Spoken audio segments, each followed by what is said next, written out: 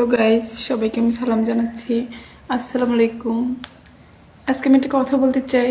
অনেকে আমাকে কমেন্টে বলেন যে আমাকে ভালোবাসেন, লাভ করেন, ইনবক্সে মেসেজ করে বলেন। কিন্তু আমি যখন আপনাদের সাথে ইনবক্সে মেসেজ করি, হয়তো প্রথম দিন ভালোভাবে এই কথা বলেন, পরে একদিন পর আবার আপনি নেগেটিভ সাইডে চলে যান। এসব ভালোবাসা করে কি লাভ ভাইয়া? যে ভালোবাসে কোনো সুখ নাই, শান্তি নাই। যে আমাকে সত্যি বাস্তবে ভালোবাসতে চান, আমার দেহ না আমাকে চান, আমাকে মন থেকে চান, সে আমাকে কমেন্টে বলবেন। আমি তার সাথেই কথা বলবো, তার সাথেই সম্পর্ক করব। আমি একজন মনের মতো মানুষ চাই যে আমাকে বুঝবে,